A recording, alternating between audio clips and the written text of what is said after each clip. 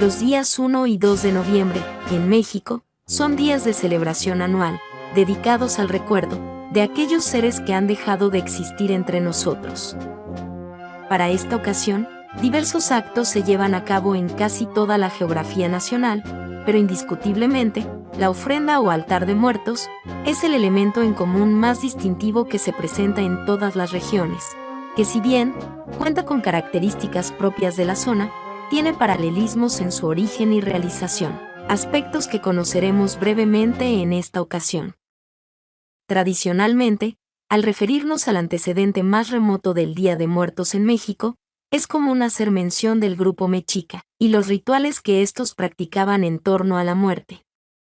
Sin embargo, esta concepción tiende a obviar prácticas presentes en otros grupos de la época. Para el grupo zapoteca, por ejemplo, la celebración específica en honor a los muertos acontecía en fechas alrededor al mes de octubre, algo que contrasta con la fecha, que, se menciona, hacían lo propio los mexicas durante el mes de agosto aproximadamente. Para los zapotecas, además se tenía la costumbre de sepultar al difunto bajo el piso de la casa. Un ejemplo de lo anterior se tiene en Monte Albán. Lo común sería que aquella habitación bajo la que descansaba el difunto sirviera como adoratorio, en el cual los familiares realizarían plegarias, con el fin de obtener su intercesión ante los dioses, siendo entonces necesaria la realización de ofrendas en su honor. Todo lo anterior dejaría entrever una relación cercana entre familia y difunto, en contraste con otros grupos étnicos, como algunos hallazgos entre zonas arqueológicas de origen otomí, donde existía la tendencia de colocar los restos en los basamentos y templos. En el caso particular de los ya mencionados grupos de influencia mexica, la costumbre de realizar ofrendas no consistía directamente para homenajear al difunto, sino más bien para invocar y agradar a sus distintos dioses. La celebración donde habría un aspecto paralelo a la ofrenda de muertos sería la que se realizaba en el mes denominado Tepeyhuit, que si bien no era la fiesta principal en honor de los muertos, resalta porque se menciona la hechura de imágenes que representaban al difunto, así como la acción de ofrendarles tamales y comida. No obstante, tal celebración acontecía solo en honor a quienes fallecieron por causas relacionadas con el agua. En el siguiente mes, denominado Quecholi, otro de los actos que se vincularía con las ofrendas de muertos, se realizaba en el quinto día, donde se fabricaban pequeñas flechas de alrededor de 12 centímetros, las cuales colocaban sobre las sepulturas de los difuntos, junto con tamales dulces, que dejaban durante todo el día, para incinerarlos posteriormente en la noche y colocar dichas cenizas en el mismo sepulcro. A semejanza del mes anterior, ello no se realizaba en honor de todos los muertos, sino solo de aquellos que perecieron en combate. Como se aprecia, las ofrendas podían tener selectividad en dicha época, aunque no hay que olvidar aquellas que se colocaban en las tumbas de los difuntos en diversas civilizaciones prehispánicas. En Europa, el concepto de la muerte también gozaba de gran antigüedad y había evolucionado a través del tiempo. Parte fundamental del concepto que se tenía en torno a ella fue el que surgió a partir de la peste negra, periodo en el cual se tornaría un tema penitencial, que se aprovecharía para la exhortación a llevar una vida acorde a los preceptos del cristianismo. Aunque existían monumentos fúnebres con anterioridad, el arte en torno a este tema tuvo gran difusión tanto en los sepulcros, como en otros rituales y elementos que se vincularan con el final de la vida. De los elementos más representativos, y que se mantendría por varios siglos, se encuentra la elaboración de los túmulos o catafalcos. Lejano en el tiempo, estos, también llamados piras, aparecieron en la antigua Roma, como estructuras sobre las cuales se incineraban los cadáveres.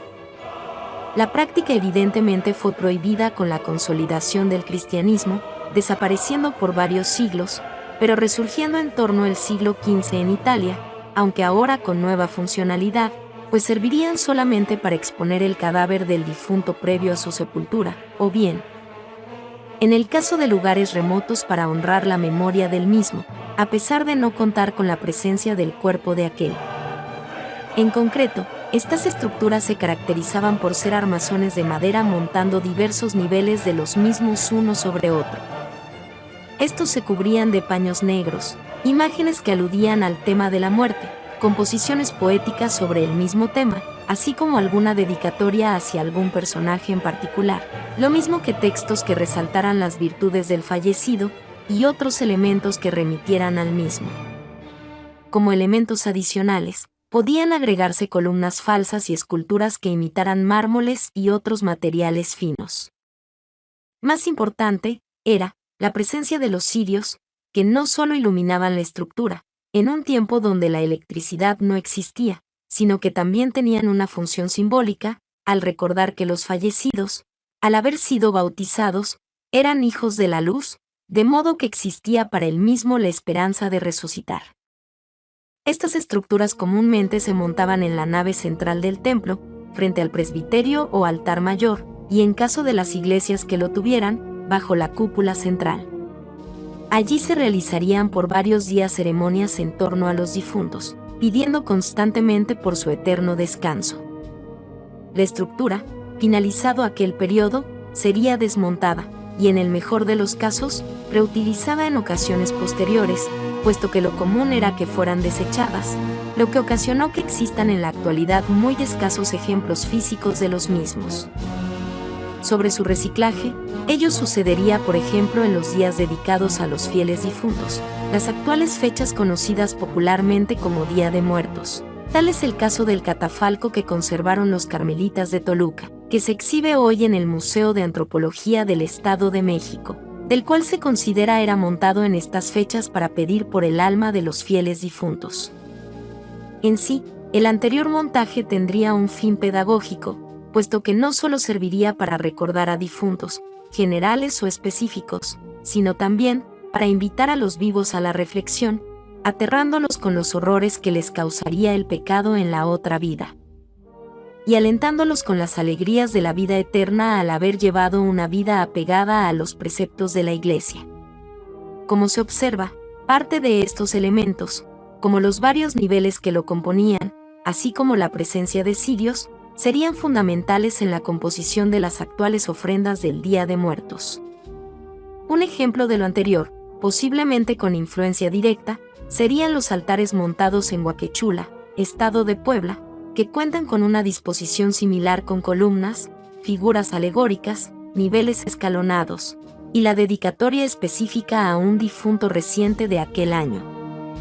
Como un último punto a destacar, dentro de las creencias del catolicismo, es de resaltar el culto que se da a los santos, personas que han seguido el ejemplo de Cristo, por lo que su veneración resulta de gran relevancia durante todo el año, aunque de manera especial, desde el siglo XIII, cuenta con un día específico a su memoria, el Día de Todos los Santos, que se efectúa durante el 1 de noviembre.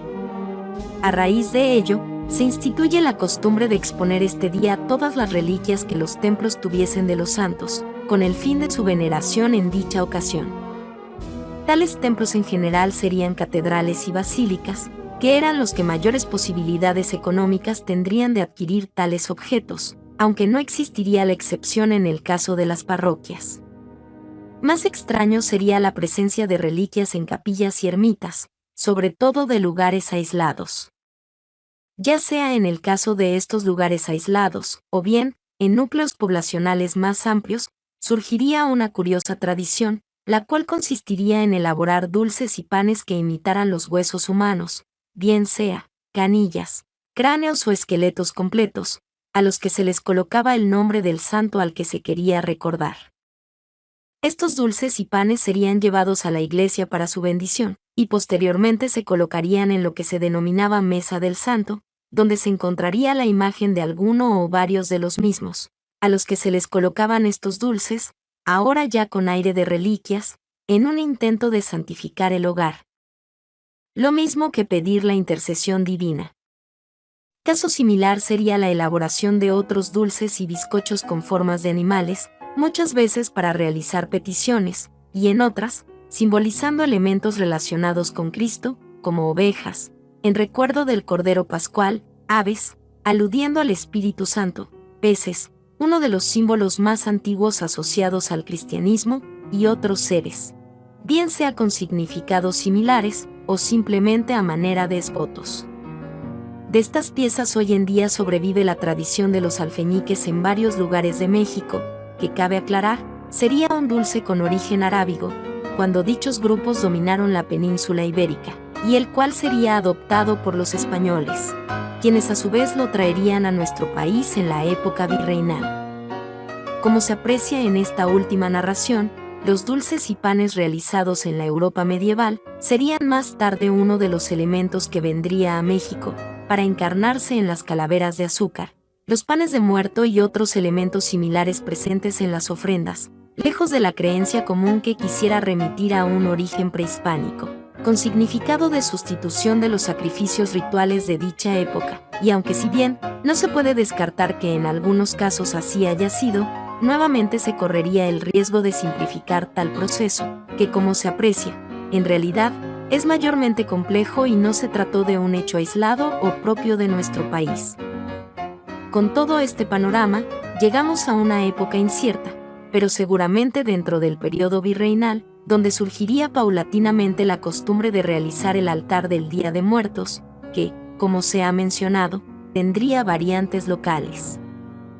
De partida, en los ámbitos rurales e indígenas habría cierto paralelismo con las ofrendas prehispánicas, puesto que éstas se colocarían en el suelo, costumbre más cercana a la precortesiana, o bien, sobre una mesa con un solo nivel, quizá cercana a donde se tuvieran las imágenes de los santos. O en caso de contar con una en la propia mesa dedicada a los mismos, como altar doméstico.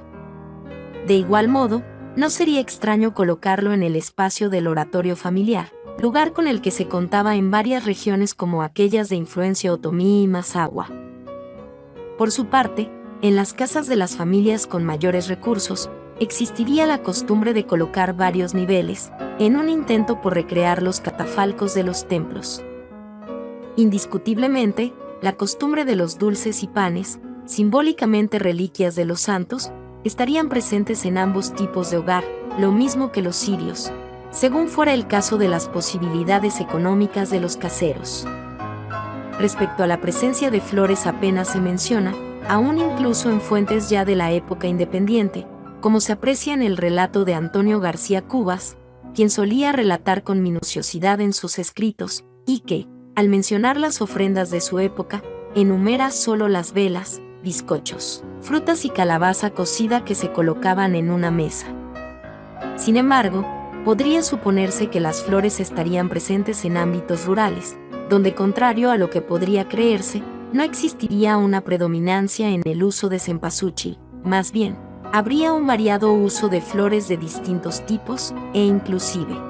aún de flores silvestres de temporada en cada región, existiendo todavía no pocos casos de esto último en algunos lugares del país, como ocurre con la llamada rosa de muerto, flor silvestre que se emplea en los municipios de Donato Guerra, Amanalco y Valle de Bravo en el Estado de México.